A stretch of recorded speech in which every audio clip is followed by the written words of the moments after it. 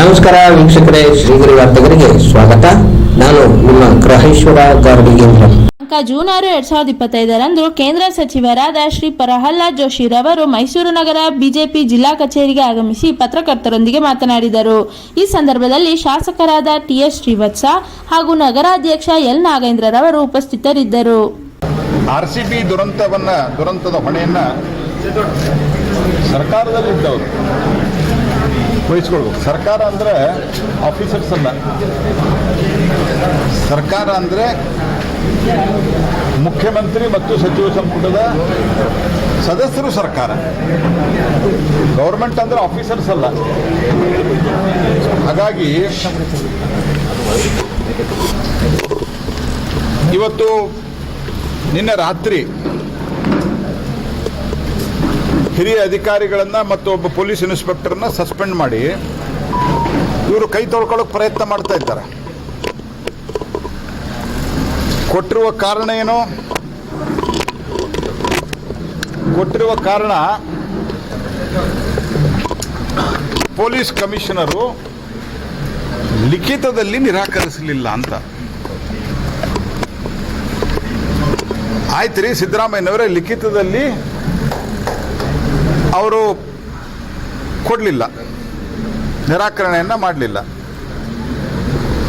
ನೀವು ವಿಧಾನಸೌಧದ ಮುಂದೆ ಮಾಡಿದ್ರಲ್ಲ, ವಿಧಾನಸೌಧದ ಮುಂದೆ ಯಾವಾಗ ಕಾರ್ಯಕ್ರಮ ಆಗಿದೆ ಅಂದರೆ ಫಸ್ಟು 3 ಜನ ಚಿನ್ನಸ್ವಾಮಿ ಕ್ರೀಡಾಂಗಣದಲ್ಲಿ 3:30ಯಿಂದ 3:45 ಸತ್ತೋದ್ರು ಅಂತ ಆದಮೇಲೆ ವಿಧಾನಸೌಧದ ಮುಂದೆ ನೀವು, ನಿಮ್ಮ ಮಂತ್ರಿಗಳು, ಅವ್ರ ಜೊತೆಗೆ ನಿಮ್ಮ ಮಕ್ಕಳು, ನಿಮ್ಮ ಮೊಮ್ಮಕ್ಕಳು, ನಿಮ್ಮ ಸೊಸೆಯಂದರು, ಹಿರಿಯ ಕೆಲವು ಅಧಿಕಾರಿಗಳು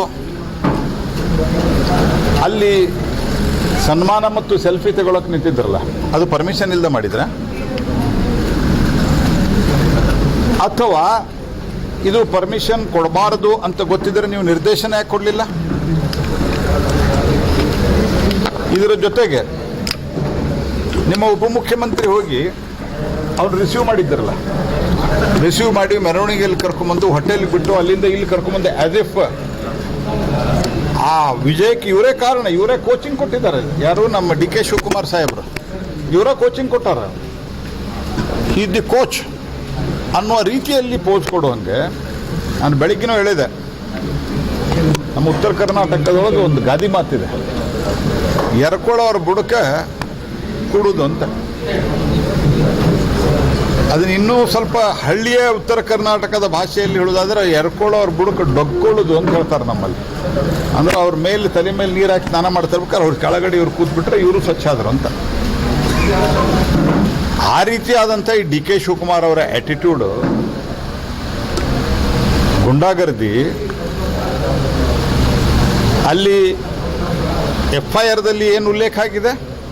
ನಾವು ನಿರಾಕರಿಸಿದ್ವಿ ಅಂತ ಉಲ್ಲೇಖ ಆಗಿದೆ. ನಿರಾಕರಿಸಿದ ಮೇಲೆ ಪರ್ಮಿಷನ್ ಕೊಟ್ಟವ್ರು ಯಾರು? Who gave the permission? ಇವತ್ತು ನೀವು ಒಬ್ಬ ದಕ್ಷ ಅಧಿಕಾರಿನ ಸಸ್ಪೆಂಡ್ ಮಾಡಿ ನೀವು ನಿಮ್ಮ ಜವಾಬ್ದಾರಿಯನ್ನು ನುಣುಚಿಕೊಳ್ಳಿಕ್ಕೆ, ಕೈ ತೊಳ್ಕೊಳ್ಳಿಕ್ಕೆ ಹೋಗ್ತಾ ಇದ್ದಾರೆ. ನೀವು ಮೊದಲು ನಿಮ್ಮ ಉಪಮುಖ್ಯಮಂತ್ರಿ ರಾಜೀನಾಮೆ ಕೊಡಬೇಕು ಮತ್ತು ಕರ್ನಾಟಕದ ಸರ್ಕಾರದ ಕೆಲವು ಮಂತ್ರಿಗಳು, ಉಪಮುಖ್ಯಮಂತ್ರಿ ಸೇರಿ ಬೇಗ ಇದನ್ನು ನಾವು ಸೆಲೆಬ್ರೇಷನ್ ಮಾಡಬೇಕು, ಅವ್ರ ಜೊತೆಗೆ ನಾವು ಫೋಟೋ ತಗೋಬೇಕು ಅಂತ. ಎದಕ್ಕೆ ಬೇಕಾಗಿತ್ತು ನಿಮಗಿದು? ಇನ್ಫ್ಯಾಕ್ಟ್ ಇವ್ರು ಅಡ್ವೈಸ್ ಮಾಡಬೇಕಾಗಿತ್ತು. ಅಕಸ್ಮಾತ್ ಪೊಲೀಸ್ ಆಫೀಸರ್ ಕೊಟ್ಟರು ಇವ್ರು ಅಡ್ವೈಸ್ ಮಾಡಬೇಕಾಗಿತ್ತು. ಅದಾದ ನಂತರ ಅಲ್ಲಿ ಹೋಗಿ ರಿಸೀವ್ ಮಾಡಿಕೊಂಡು ಅದಕ್ಕೆ ಟ್ರೋಫಿಗೆ ಮುತ್ತು ಕೊಟ್ಟು ಅಲ್ಲಿಂದ ವಿಧಾನಸೌಧದ ಮುಂದೆ 3 ಜನ ಸತ್ತೋದ್ರು ಅಂತ ಗೊತ್ತಾದ ನಂತರ ಅಲ್ಲಿ ಸೆಲೆಬ್ರೇಷನ್ ಮಾಡಿ ಸೆಲ್ಫಿ ತಗೊಂಡು ಆನಂತರ ಈ ಡಿ ಕೆ ಶಿವಕುಮಾರ್ ಇದಕ್ಕೆ ಹೋಗಿದ್ದಾರಲ್ಲ, ಇಲ್ಲಿ ಚಿನ್ನಸ್ವಾಮಿ ಕ್ರೀಡಾಂಗಣಕ್ಕೆ, ಮತ್ತು ಅವ್ರ ರಾಜೀನಾಮೆ ಕೊಡೋದೇ, ಅವ್ರನ್ನ ಸಸ್ಪೆಂಡ್ ಮಾಡೋದು ಯಾವಾಗ? When are you going to suspend him mister Siddaramaiah? Drama ಮಾಡ್ತಾ ಇದ್ದಾರೆ ನೀವು. ಬೇರೆ ಎಲ್ಲ ಘಟನೆಗಳ ಬಗ್ಗೆ ನಿಮಗೆ ಮಾತನಾಡಲಿಕ್ಕೆ ಬರ್ತದೆ. FIRದಲ್ಲಿ ನಾವು ಪರ್ಮಿಷನ್ ಕೊಡೋದಿಲ್ಲ ಅಂತ ಹೇಳಿದ ನಂತರವೂ ಕಾರ್ಯಕ್ರಮ ಆಯಿತು ಅಂತ ಬಂದಿದೆ. ಯಾರು ಮಾಡಿಸಿದ್ರು ಹಂಗಾರೆ? ಮೊದಲನೇ ದಿವಸ ಏನು ಹೇಳಿದ್ರಿ ನೀವು? ಮ್ಯಾಜಿಸ್ಟ್ರೇಟ್ಲ್ ಎನ್ಕ್ವೈರಿ, 11 ಜನ ಸತ್ತಿರೋ ಅಂತ ಗೊತ್ತಾದ್ಮೇಲೆ ನೀವು ಮ್ಯಾಜಿಸ್ಟ್ರೇಟ್ಲ್ ಎನ್ಕ್ವೈರಿ ಅಂತ ಹೇಳಿದ್ರೆ ತಾನೆ. ನಿನ್ನೆ ಯಾಕೆ ತರಾತುರಿಯಲ್ಲಿ ನೀವು ಜುಡಿಷಿಯಲ್ ಎನ್ಕ್ವೈರಿ ಅಂತ ಹೇಳಿದಿರಿ? ನಾವು ಮೊದಲೇ ದಿವಸನೇ ಹೇಳಿದ್ದೆ, ನಾನು ಹೇಳಿದ್ದೆ, ನಮ್ಮ ಅಧ್ಯಕ್ಷರು ಹೇಳಿದರು, ನಮ್ಮ ಇಬ್ಬರು ವಿರೋಧ ಪಕ್ಷದ ನಾಯಕರು ಹೇಳಿದರು ಜುಡಿಷಿಯಲ್ ಎನ್ಕ್ವೈರಿ ಮಾಡ್ರಿ ಅಂತ. ಹೈಕೋರ್ಟ್ ಸೋಮೋಟೋ ಕೇಸ್ ಯಾವಾಗ ತಿಳ್ಕೊಂತು ಅವಾಗ ಇಮಿಡಿಯೇಟ್ ಆಗಿ ಶಿಫ್ಟ್ ಮಾಡಿದ್ರೆ ನಿಮ್ಮ ಸ್ಟ್ಯಾಂಡು ಹೋಗಲಿ. ಜುಡಿಷಿಯಲ್ ಎನ್ಕ್ವೈರಿ ಮಾಡೋಕ್ಕಿಂತ ಮೊದಲು ಹೈಕೋರ್ಟ್ ಕನ್ಸಲ್ಟ್ ಮಾಡಿದ್ರ? ಒಂದು ನಿಯಮ ಇಲ್ವಾ?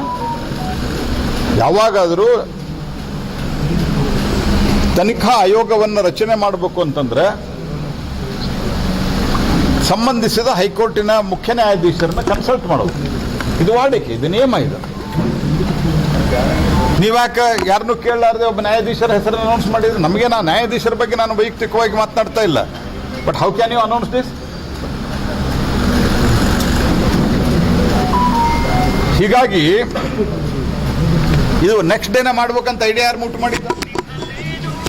ಇವರು ಒತ್ತಾಯ ಮಾಡಿ ಸ್ಪೆಷಲ್ ಫ್ಲೈಟ್ಲಿ ಅವ್ರನ್ನ ತರಿಸಿದ್ದಾರೆ. ಸ್ಪೆಷಲ್ ಫ್ಲೈಟ್ ಈಗ ಹೇಳ್ತಾ ಇದ್ದಾರೆ, ಅವರೇ ಬುಕ್ ಮಾಡ್ಕೊಂಡಿದ್ದಾರೆ. ಮೊದಲು ಬೇರೆದವರೇ ಹೇಳಿದ್ರು ಸ್ಪೆಷಲ್ ಫ್ಲೈಟ್.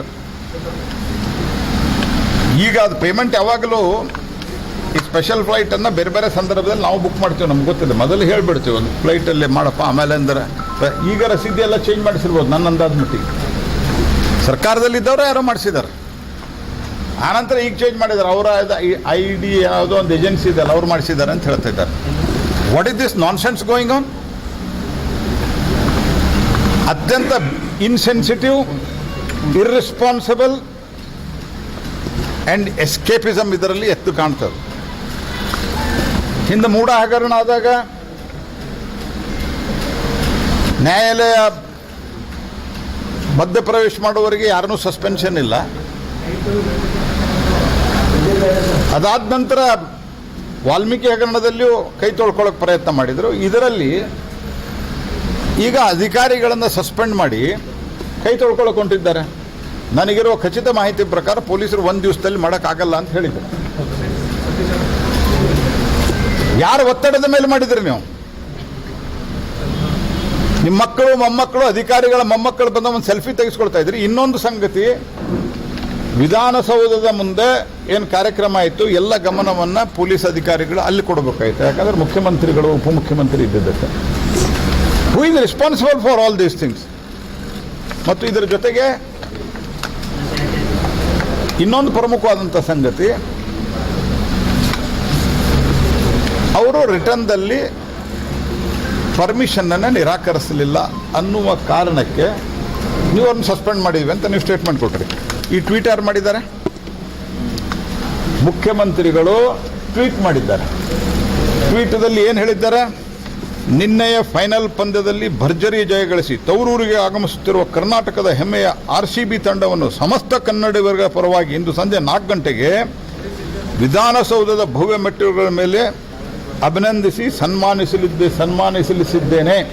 ಮುಖ್ಯಮಂತ್ರಿ ಟ್ವೀಟ್ ಇದೆ. ಕೋಟ್ಯಾಂತರ ಅಭಿಮಾನಿಗಳ 18 ವರ್ಷಗಳ ಕಾತರ ಕಾಯುವಿಕೆ ಕೊನೆಗೊಂಡು ಇಡೀ ರಾಜ್ಯದಲ್ಲಿ ಹಬ್ಬದ ವಾತಾವರಣ ಸೃಷ್ಟಿಯಾಗಿದೆ. ಈ ಐತಿಹಾಸಿಕ ಗೆಲುವಿನ ಸಂಭ್ರಮದಲ್ಲಿ ನೀವು ಭಾಗಿ. ಯಾಕೆ ಕರೆ ಕೊಟ್ರಿ? Most irresponsible. ಮೊದಲೇದ್ದು ಯಾರಾದರೂ ರಾಜೀನಾಮೆ ಕೊಡಬೇಕಂದ್ರೆ ಒತ್ತಾಯಪೂರ್ವಕವಾಗಿ ಮಾಡಿಸಿದಂಥ ಉಪಮುಖ್ಯಮಂತ್ರಿ ಅವರೇ ಇದಕ್ಕೆ ಜವಾಬ್ದಾರರು. ಮುಖ್ಯಮಂತ್ರಿಗಳ ನೈತಿಕ ಹೊಣೆಗಾರರು. ಸರ್ಕಾರದಲ್ಲಿರೋರಿಗೆ ಜವಾಬ್ದಾರಿ ಇರ್ತದೆ.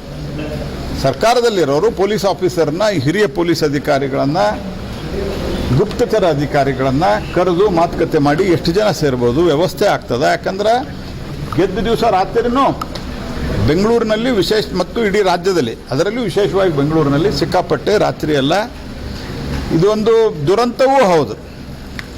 ಅವ್ರು ಗೆದ್ದ ನಂತರ ಕುಡಿದು ಕುಪ್ಪಳಿಸುವಂತಹವರು ಇದ್ದಾರೆ. ಅವ್ರನ್ನೆಲ್ಲ ರಾತ್ರಿ ಕಂಟ್ರೋಲ್ ಮಾಡಿದ್ದಾರೆ. ನೆಕ್ಸ್ಟ್ ಡೇ ಸ್ಪೆಷಲ್ ಫ್ಲೈಟ್ನಲ್ಲಿ ಬರ್ತೀವಿ ಅಂತ ಹೇಳಿದ ನಂತರ ಅಕಸ್ಮಾತ್ ನಮ್ಮವ್ರು ಹೇಳಿದಾರ ಇಲ್ಲೋ ಅದು ನೆಕ್ಸ್ಟ್ ಹೇಳಿದಾರೆ ಅಂತ ಇಟ್ಕೊಳ್ರಿ. ಫಾರ್ ಎ ಮೂಮೆಂಟ್ ನಾವು ಹೇಳಿದ್ದೆಲ್ಲ ಮಾಡ್ತೀರಿ ನೀವು. What is this nonsense you are talking? BJPಯಿಂದ ಯಾರೋ ಒಬ್ಬರು ಆಫೀಸ್ನಲ್ಲಿರೋರು ಟ್ವೀಟ್ ಮಾಡಿರ್ಬೇಕು ನಮ್ಮ ಅಫಿಷಿಯಲ್ ಹ್ಯಾಂಡಲ್ದಿಂದ. 1 ಮಿನಿಟ್. ನೀವು ಅಧಿಕಾರಿಗಳೇನು ರಿಪೋರ್ಟ್ ಕೊಟ್ಟರೆ ನಿಮಗೆ? ನಿಮ್ಮ ಇಂಟೆಲಿಜೆನ್ಸ್ ಏನು ಮಾಡ್ತಾ ಇತ್ತು? ಇದರ ಅಲ್ಲ, ಸುಮ್ಮನೆ ಇದು ಹೇಳೋದಕ್ಕೆ ಈ ರೀತಿ ಹೇಳ್ತಾ ಇರ್ತಾರೆ. It is most irresponsible. ಅಲ್ಲ, ಕ್ರೆಡಿಟ್ಗೋಸ್ಕರ ಈ ರೀತಿ 100%. ನಾವು ಈ ಆಟಗಾರರ ಜೊತೆಗೆ ನಾವು ಫೋಟೋ ತೆಗೆಸ್ಕೊಂಡ್ರೆ ಈ ವಿಜಯದಲ್ಲಿ ನಮ್ಮದು ಒಂದು ಪಾತ್ರ ಬರ್ತದೆ, ಅದರಿಂದ ನಮ್ಮ ಪಾಪ್ಯುಲಾರಿಟಿ ಜಾಸ್ತಿ ಆಗ್ತದೆ ಅಂತ ಭ್ರಮೆಯಲ್ಲಿ. ಈ ಭ್ರಮೆಯಿಂದ ಆಗೋದಲ್ಲ. ರಾಜಕಾರಣಿಗಳ ಕೆಲಸ ಬೇರೆ, ಕ್ರಿಕೆಟು ಸಿನಿಮಾ ಸೆಲೆಬ್ರಿಟಿಗಳ ಕೆಲಸ ಬೇರೆ. These are the two different things. ಕ್ರೀಡೆಗೆ ನಾವು ಪ್ರೋತ್ಸಾಹ ಕೊಡಬೇಕು, ನಾವು ಕೊಡ್ತೀವಿ. ನಮ್ಮ ಪ್ರಧಾನಮಂತ್ರಿಗಳು ಕ್ರೀಡೆಗೆ ಪ್ರೋತ್ಸಾಹ ಕೊಡ್ತಾರೆ. ಈ ರೀತಿಯೇನ? ಬಟ್ ಸಾವುಗಳಾದ್ಮೇಲೆ ಸರ್ ಡಿ ಕೆ ಶಿವಕುಮಾರ್ ಅವರು ಕಣ್ಣೀರಾಗ್ತಾರೆ. ನೋಡಿ, ಭಾವುಕರಾಗಿದ್ದರ ಬಗ್ಗೆ ನಾನು ಯಾರೂ ಭಾವುಕರಾಗಿದ್ದರ ಬಗ್ಗೆ ನಾನು ಯಾವತ್ತೂ ಅಸಹ್ಯವಾಗಿ ಮಾತನಾಡಿಲ್ಲ. ಅನೇಕ ಸರ್ತೆ ಭಾವುಕ ಆದರೆ ಮೊದಲು ಮಾಡಿದಾಗ ಒಂದು ಭಾವುಕರಾಗಿ ಹತ್ತು ಬಿಟ್ಟರೆ ನಿಮ್ದೆಲ್ಲ ಪಾಪ ತೊಳೆದು ಹೋಯ್ತಾ? That can't be accepted. He has to resign. He is the squarely responsible. ಮತ್ತು ಮುಖ್ಯಮಂತ್ರಿಗಳ ಅಷ್ಟೇ ನೈತಿಕ ಹೊಣೆ ಇದೆ. ಇರಲಿಲ್ವಾ ಅಂತ ಗುಪ್ತಚರ ಇಲಾಖೆಗೆ ಈ ಮಾಹಿತಿ ಇರಲಿಲ್ವಾ? ಆ ಗುಪ್ತಚರ ಇಲಾಖೆ ಹೇಗೆ ಏನಾಗ್ತಿದ್ರು ಅಂತ ಪ್ರಶ್ನೆಗೆ ಬರ್ತಿದೆ. ಯಾವುದೇ ಸಂಗತಿಗಳನ್ನು ಸರ್ಕಾರದಲ್ಲಿರುವಂಥ ಮುಖ್ಯಸ್ಥರು ಪರಾಮರ್ಶಿಸಿ ನಿರ್ಣಯವನ್ನು ಮಾಡಿಲ್ಲ. ಮತ್ತೆ ಮುಂದಿನ ವಾರ್ತೆಗರಿಯಲ್ಲಿ ಭೇಟಿಯಾಗೋಣ. ಶ್ರೀಗರಿ, ನಿಮ್ಮ ಮನದಾಳದ ಗರಿ. ನಮಸ್ಕಾರ. ಶ್ರೀಗರಿ, ನಿಮ್ಮ ಮನದಾಳದ ಗರಿ. ಶ್ರೀಗರಿ, ನಿಮ್ಮ ಭಾವನೆಗಳ ಗರಿ. ಶ್ರೀಗರಿ, ನಾಡಿನ ಹೆಮ್ಮೆಯ ಗರಿ. ಮನೆ ಮನಗಳ ಗರಿದು ಶ್ರೀಗರಿ, ತನು ಮನ ಧನಗಳ ಗರಿದು ಶ್ರೀಗರಿ, ವಿಶ್ವದ ದೇಶದ ನಾಡಿನ ಗರಿದು ಶ್ರೀಗರಿ. ಶ್ರೀಗರಿ ಶ್ರೀಗರಿ ಶ್ರೀಗರಿ ಶ್ರೀಗರಿ ಶ್ರೀಗರಿ, ನಿಮ್ಮ ಮನದಾಳದ ಗರಿ.